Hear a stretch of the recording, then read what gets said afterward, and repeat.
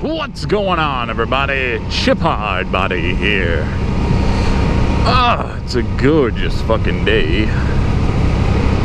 It's a little bit nippy out this morning, but that's okay, because it's gonna get fucking balls hot later. Alright. So I've tried to do this video about 100 times now, and I actually managed to do one semi-successfully yesterday, but my camera, I forgot, was in narrow view mode, so I figured I'd just re-fucking do it this morning since I didn't really have a topic anyway. Hello! I have a new bike! Yay! Hardbody is officially a cruiser guy. Tell you a little bit about how this came to be. As you know, I started off on the 2012 Kawasaki Ninja 250. And I love that bike. I actually do kind of miss it already, just for the flickability of it. But I had to get rid of her. Good old Lena. Had to get rid of her because I found that on longer rides, my back and my knees were starting to really cramp up and give me a lot of trouble. I am a tall motherfucker. I'm 6'2", which honestly, it really isn't that. I'm not that tall. Like 6'2" isn't that tall, but I have extremely long legs and long arms and a really fucking short torso. So, like, my knees were just cramping all to hell when riding my bike for long periods of time, because they were all jacked up behind me. So I rode my wife's bike around for a little while and didn't get nearly as much knee pain. Still a little bit, but not as much, so I knew I needed a bigger bike than hers, and I wanted something bigger than a 250 if I got a cruiser anyway.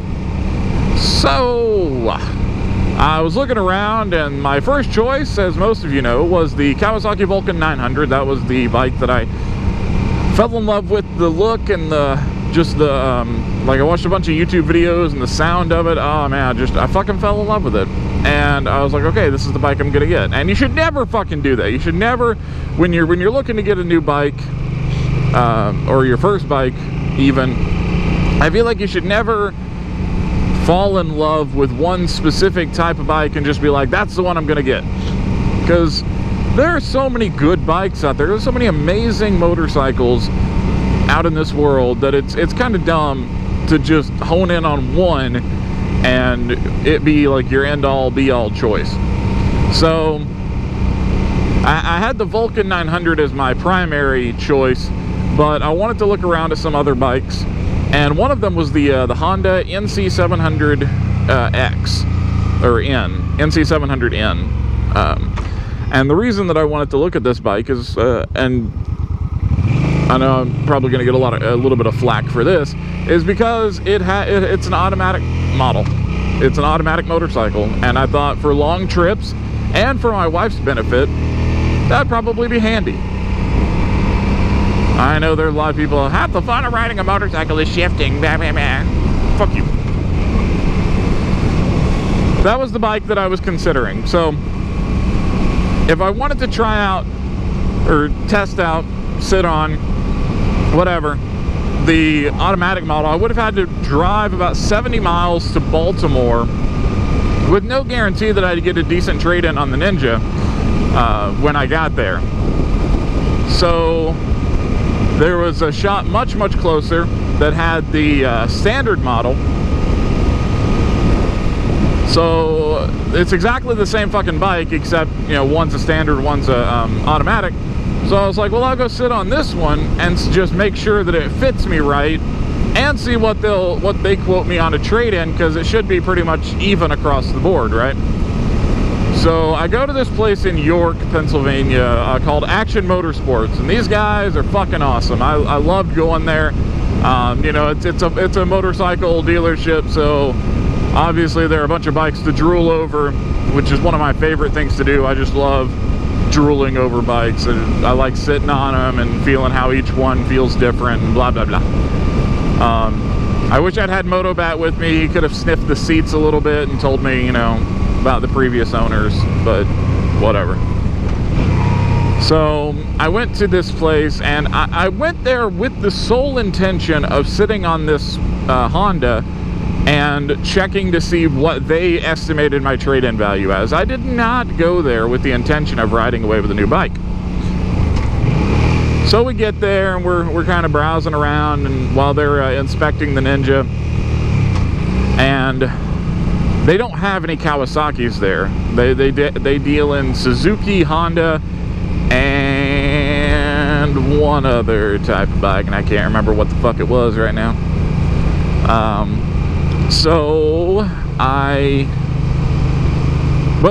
They have used Kawasaki's, but all they had were Ninja 250s, funnily enough.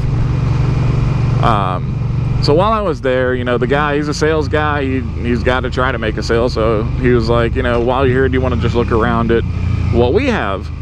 He was like, I know you said you were set on 900, but you know, we've got some bikes here in that price range that are pretty comparable, if not better. And so I was like, you know, all right. I mean, my heart's pretty well set on the Vulcan, but I'll take a look around. And he was really cool. He wasn't pushy at all. Like, and he told us up front that they work off commission there, which I thought was really cool. I like knowing when salespeople are working off a commission, because then you can kind of check yourself when they're trying to sell you on something. And you can be like, well, are they trying to sell it to me because they really think I need it, or because they need that extra pay? But this guy, he was very upfront. Like, I work off commission, but he didn't try to push me on anything. So we're just walking around, and I see a bike sitting in the corner, kind of off on its own, and I'm like, oh my god, what is that? And he goes, that's the 2015 Suzuki Boulevard C50T. I was like, oh, I gotta sit on that bitch. So I walk over and I sit on this thing, and oh my god, it's everything that I wanted. It's like the bike was fucking built for me, is what it felt like. And I was like, this is nice. As I asked him what the price was, and he told me, and I was like, well, fuck, that's out of my price range. I know I can't afford that, even with the trade-in on the Ninja. So I was kind of bummed. But I was like, all right, I'll just keep looking around at some other stuff. And I'd already looked at the V-Star 650. I knew that was too small for two-up riding. And I'd looked at a couple of others. And the sales guy, he's like, well, you know, I know you said you wanted a newer bike, something with really low miles. If you really like that one, I have the 2012 model downstairs. It's been used. Would you like to take a look at it?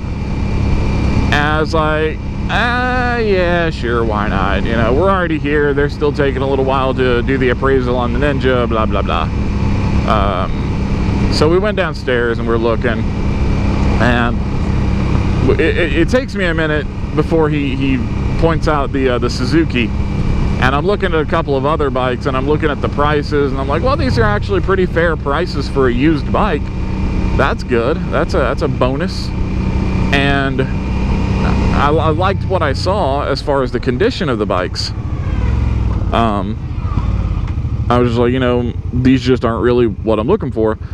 And then I was like, so where's this Suzuki? And he points to it, and again, it was kind of off by itself in the corner. And I go over, I look at it, and I see the color. And if you don't know, Chip's favorite color is purple. That is my favorite color ever. Which I got a lot of shit for when I was a kid. My second favorite color is pink, so got even more shit for that. But I love purple, and this thing is about as close to purple as they had available. And I love this color. And so I sat on it. I was like, yeah, it felt exactly the same as the 2015 model, which was really nice because that's what I wanted. And so I get off the bike and I look at the handlebars, and on the handlebars is the tag, and I look at the price, and I'm like, oh shit, that is definitely within my price range. But I'm cringing because I know that a bike like this, even a 2012 model, a bike like this is going to have, you know, a shit ton of miles on it. So I look at the little tag, and I'm like, somebody's pulling a joke on me. And he goes, no, that's the actual mileage. And he was just smiling like a fucking Cheshire cat, because he had this thing down there the whole fucking time and knew it. And I was like, seriously? And he goes, yeah, the lady who owned it before had it for 2 weeks and brought it back in because she said it was too much bike for her. It was too heavy. Said she couldn't maneuver it as well as she wanted to be able to. So she traded it in for something different. I looked at the tag again and I was like, sold. The mileage on it was 434 miles on a 2012 Suzuki Boulevard C50T. And I mean, that knocked about $3,000 off of the it being a 2012 and being used, knocked about $3,000 off of the MSRP. So I got this bike for a decent price. I'm not gonna say it's the best price out there because I didn't do my research on it. I knew that this was the bike I wanted, and that's the way I operate, you know. So they gave me really good trade-in on the Ninja, not full price because I had a bad back tire, but they gave me a good price on it, and they really worked with me to go through the bank that I wanted to go through and get me the payments that I wanted. And yeah, that's all she wrote. I left on this bike. I got to say goodbye to my baby. I got to say goodbye to Lena, which I was very happy about. I wanted to see her one last time and let her know that it wasn't because I didn't love her.